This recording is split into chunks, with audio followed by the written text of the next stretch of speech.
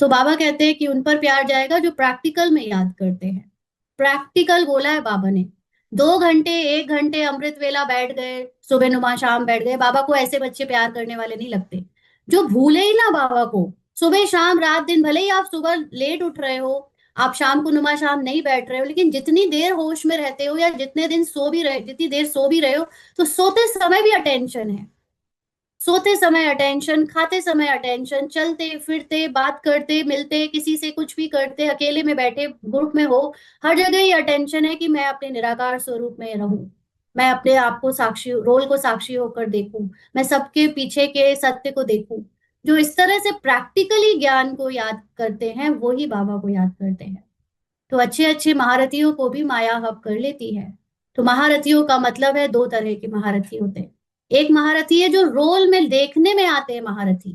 जैसे कल बाबा ने उसके बारे में बताया था कि बहुत सारे लोग शो ऑफ करते हैं अपने धन का, अपने जो भी मिला है उनको रोल में, ड्रामा से।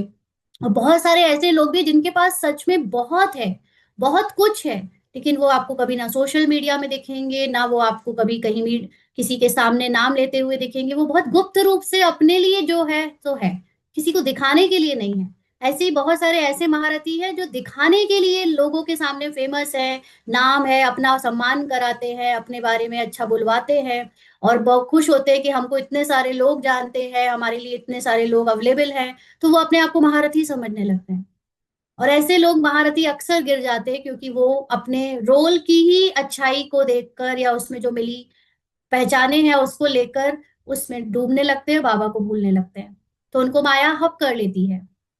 उनको वही बाहर का जो रोल झूठ है, सच नहीं है, केवल दिखावे के लिए आपको फेमस किया गया, केवल दिखावे के लिए आपको इतने सारे लोगों के लिए का निमित्त बनाया गया, केवल दिखावे के लिए आपको एक ऊंचा नाम मिला या अधिकार मिला है उस ऑर्गेनाइजेशन में या संगठन में।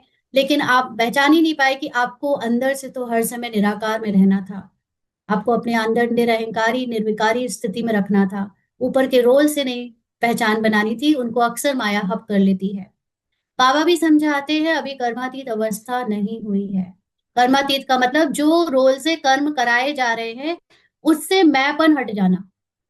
तो अभी बहुतों के अंदर रोल के द्वारा करवाए गए कर्मों से पूरी अटैचमेंट है। मैंने ये बहुत सेवा करी, मैंने इतना दान दिया, मैंने इतना ज्ञान सुनाया, मैंने इतने लोगों को कोर्स कराया।